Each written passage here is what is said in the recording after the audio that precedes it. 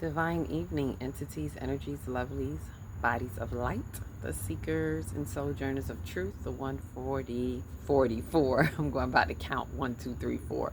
The 144, the chosen of the chosen of the chosen few. You all know who you are. I greet you in the love that lights the truth from my heart to yours. I am Celestial Earth in this divine energy essence of it all, reporting to you live from nowhere other than 5D, the fifth dimension. Place to be as always. And I bring you the news to infuse if you so choose to infuse with that light. If not, you can refuse, but be prepared to be fried on the grid. Happy whatever day this is for you, but being that we are preparing and amping up for the full moon, I'm going to say happy root day. And being that it is on the day on Friday, which according to our 5D calendar, for those who have it, is usually heart day. So I'm going to say happy root heart day, happy root chakra and heart chakra day, right? And for those who don't know, usually when we're getting ready to amp up to the moon is most potent 3 days before, 3 days after. So 3 days before we start on the root. And it is a full moon transmutation. So we're transmuting all the way up to the crown, right? Usually by the time we get to the heart, which is on the full moon day, right? We're usually ready to transcend whatever it is we've been working on. For those who've been in the workshops, you know what time it is. So faithfully, you were in your garden today, right? It's usually very interactive, and usually on day one on the root, we're in our garden. So I'm going to talk a little bit about the root chakra day, since I'm not doing a workshop, and this is an important full moon. It's going to be a full moon in Scorpio. It's really inviting us to go really, really deep, right?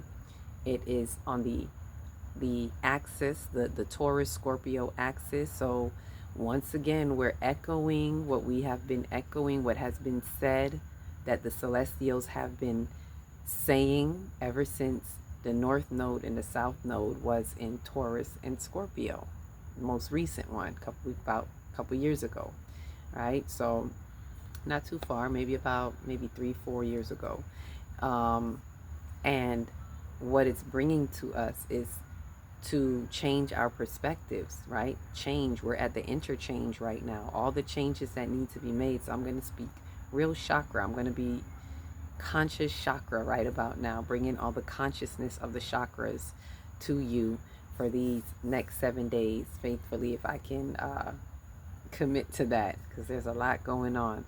So that's what's in my mind and my soul. Since I won't really be doing a workshop, I will bring some of this information to you so you can have something to work with. So I'll do my best to do them earlier in the day, so maybe you can have them earlier in the day to work with what you need to work with throughout the day. So as we're wrapping up this day, we're reflecting on the root chakra. And the root is where we usually do our foundational work. It is a foundation. For those who don't know, the root is usually about your basic needs being met: food, water, things that physical, right? Since the root chakra is really the physical body. For those of you who understand Maslow's theory, the bottom of the pyramid, that's the root, the base of the pyramid. And usually that has to do with physiological needs. Are those needs being met? And if not, we go into survival mode in the root chakra. If not, we give in to all the fears, the fear mongering and all that is happening. This is why I always say we're getting hit in our lower chakras. Boom, boom, boom. The root, the sacral, and the solar plexus, all body shots, right? And so the root is, the number one block of the root is fears, right? So it usually blocks what we are usually wanting to feel safe. This is the area of safety, feeling safe, feeling secure, feeling grounded. Our chakra, our childhood chakra years, like our first 7 years, are considered our foundational years, or the root cycle, right? And 1 years old is really, one is the root, right? All 7 years are root, but you go from the root going up. So root. And I'm saying this for a reason, because what I'm going to share with you as well has to do with inner childhood healing. And I'm going to give you a meditation to use that you can go to. I usually put this in my workshop, but I'm going to give it to you all because you can look it up on YouTube. That's where I found it, and I use it throughout all my workshops, inner childhood healing.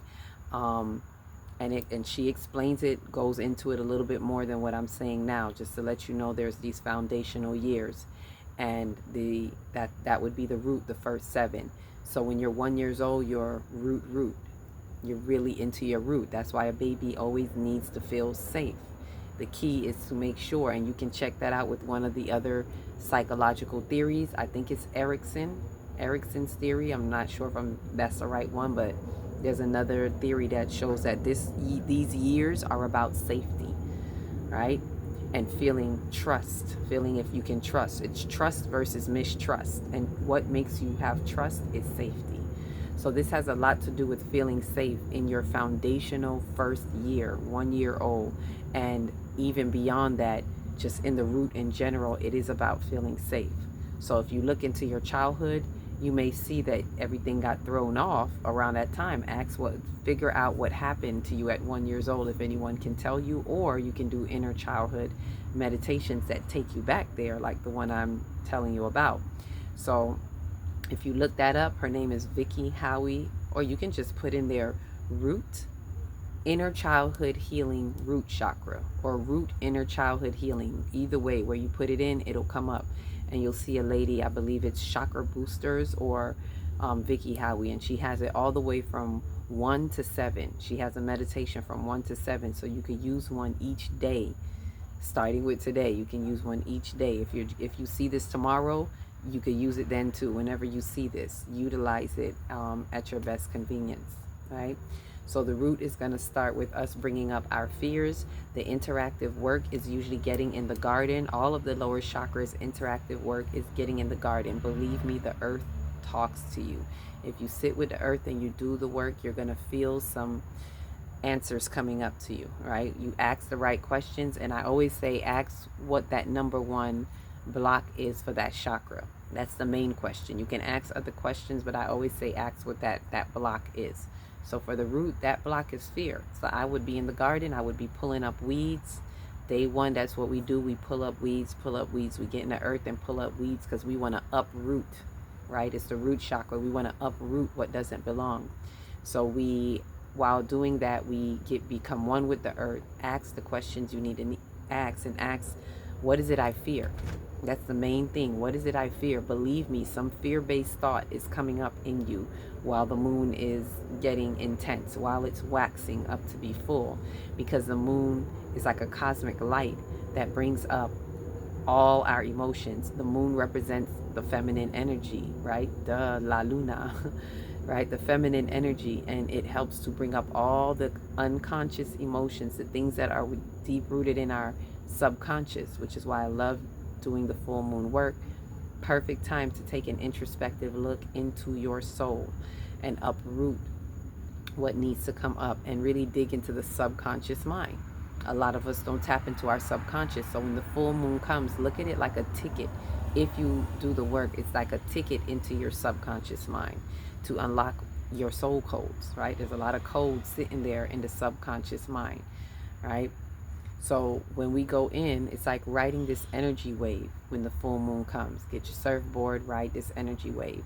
And so in the root, you're being asked to look at all things that have made you feel unsafe. You're looking at what is it that I need to make me feel safe? What is it I need to make me feel understood? What is it that I need to make me feel supported? Whatever that is that you feel that you need, right? And I'm saying that you feel that you need, because if we really look at the earth chakra first, right? And if you can, do a earth chakra meditation too, because we really need to be tethered into our earth chakra. And the earth chakra is where you really remember your awareness of your divinity in the earth. And if you truly have yourself tethered in that, it helps you get along better in your root chakra. What you're looking at as need, when the earth chakra is out of alignment, it's a thin line between need and greed. And a lot of times we read greed as need, and we think that we really need it, but it's really somewhere in you where you believe in a mind state of lack. You're in the mind state of lack and limitations, and so you feel like this thing is a need. It's really not what you need. It's a greed. It's pressed out of you not knowing that there is no need. In the mind state of abundance, you don't really need what you think you need, right? And I know that may sound off, but this is how it is when you're working with yourself. And when you do the work, you'll realize that thing, when you truly transmute, that fear, you're going to realize this was nothing to fear at all. When that fear truly dissolves, right? And that's if you truly do the work, you will feel it dissolve. By the time you get to your heart chakra, especially around your throat and your upper chakras, you really start to feel that fear dissolve. And you realize there was nothing to fear but fear itself, right? That's not just a cliche. There's nothing to fear but fear itself, right? And when you dissolve that fear, notice I'm not saying fight the fear. You dissolve it in love, because it's like pouring it, it's like putting it in this glass, pouring so much love and light and truth into it that it just kicks up, right? Pouring it into it, like if you imagine pouring water into a glass, a dirty glass, like a glass with some dirt in it. Do it as an experiment and see. Put some dirt in the glass, pour water in it, and just put it under the pipe. And as it pours in, it's going to kick up all of this dirt until it lifts up and pours out until it's clear. You just have to pour more and more love and light in. And it helps you from the earth chakra when you remember your divinity, when you're aware of your divinity in this earth. So while you're in this physical earth, instead of being thrown off by the programmed fears, things that come from us through society, tradition, our lineage, all of these things, our fears that we've had through childhood, that we've built a narrative around and we feel fearful of, right? For whatever reason. It don't even have to be scary fear. Matter of fact, it's not just scary fear, right? When I say fear, I'm talking about all fear-based thoughts and feelings. That means if it's not on the love frequency, it's fear-based. So whether you dress it up as anger, whether you call it disappointment, hurt, annoying, sad, frustration, all these other feelings, right, that fall under the fear-based feelings. There are only two fears. There are only two feelings, and that's fear and love. So it has to fall under one. So anything else that is outside of the love frequency, and you know what they are, all you got to do is ask yourself, is this a love feeling or not? And if it's not, it's a fear feeling, right? I say that because a lot of times when I do this workshop or when I talk to people about it, when they hear fear, they only think scary fear. And so their minds are warped around, oh no, and they run from the truth of calling it a fear because they feel like, well, I'm not afraid of this. It doesn't matter if you're afraid of it or not. If it's fear, if it's not of the love frequency, it is always fear-based. So you want to ask yourself, what is the fear-based thought or feeling that I have that's coming up for me? And you usually don't have to look far, right? You usually don't have to look far when it is full moon time, because just like it raises the oceans and the earth, it raises your body of water. It raises your waters in you, which is the emotions in you. So the emotions are already coming up. So what you can do is look at what's irritating you right now. Chances are you've already been feeling it over the past couple days, because sometimes you'll feel it within the week leading up to the full moon. Some people feel it as far as 2 weeks leading up to it. But either way, it's right there. We're 3 days before, so believe me, whatever is bothering you, it's right there on the surface. It's coming up, it's irritating you, it's itching you in your soul, it's bothering you probably in your dreams. It's something that's just right there on the surface. You don't have to look too deep, right? The only way you have to look deep is if you're not paying attention to what's already there and surfacing up for you. Because a lot of times we don't want to look at it, so we keep looking around it, and it's like, I don't know what it is, and it's right there, bothering you. But so you have to be willing to admit what's really getting to you right now, right? What is posing itself as some type of fear-based thought or feeling, and then write trust statements. Right? I'm giving y'all a little bit of the workshop right here and now. We do this, we call transmuting the pyramid transmutation, because you're a pyramid. Your body is a pyramid. You're the temple. You transmute light. So what's coming up in the ground that we want to unearth, right? And remove out of the way, the impurities out of the way, right? At the base level, if you think about a pyramid, it has 4 corners, 1, 2, 3, 4, right?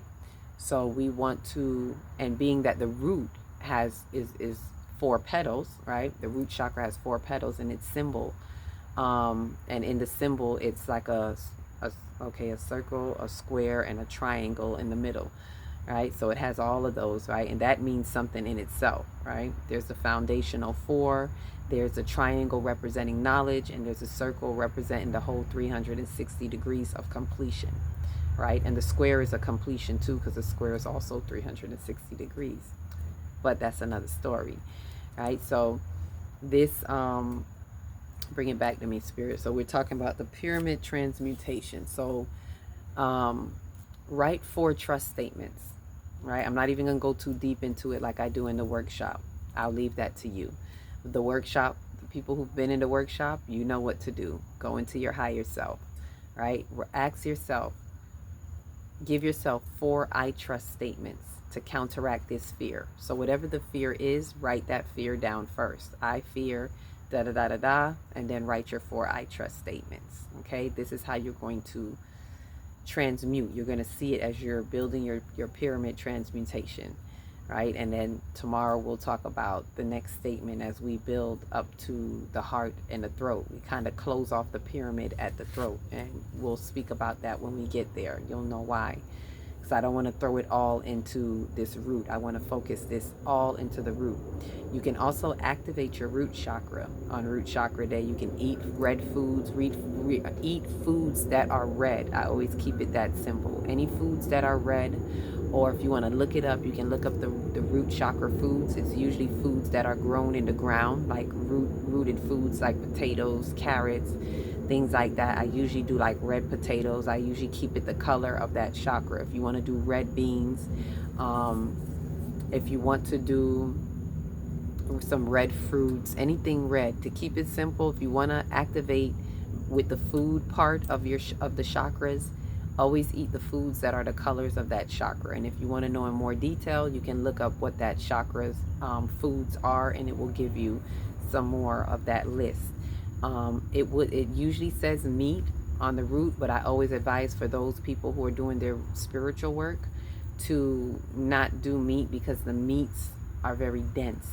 And if we're wanting to remove all densities, so I would say at least while you're doing this, you might want to refrain from meat. I wouldn't use meat on the Root Chakra Day. If you already had some, don't feel bad about it. Never eat anything and feel bad. Do not wear guilt or anything with that. You know, rub your tummy and say yum yum. You know, it already went down, right? Basement. So if you already did, that's fine. But I usually say, you know, refrain from it if you can when doing any spiritual work, to have the body less dense with the densities of this earth. I'm not talking about 5D, 5th density light. I'm talking about the densities, the earthly densities, right? And we want to remove that, right? So is there anything else about the root to know? The crystals, there are crystals. You can look up crystals for each chakra. If you want to start looking up for each one to know what crystal you want to play with today, chances are the crystals are already talking to you. You're already using the ones that are calling out to you for some reason. I always tell people, look at the crystals that stand out to you, because for some reason your auric field is calling for that. There's a reason why it is calling for you. It's intelligent energy, right? We're energy. The crystals are energy. It's 2D consciousness energy. So it knows and you knows, right? Even though you may not consciously know. So invite yourself to look at that if you're into crystals, if that's your thing. And with that, you know, enjoy your rooting. Get rooted, get grounded, get to know your root. Allowing all of this, as I posted earlier, allowing the white light to pour in to your roots and dissolve all love, right? Dissolve all fears into love. Let me say it the right way. Dissolve all fears into love, raising all those vibrations back into the heart. And that's what I wanted to close out with, reminding us of the root and the heart as we're on this Root Heart Day.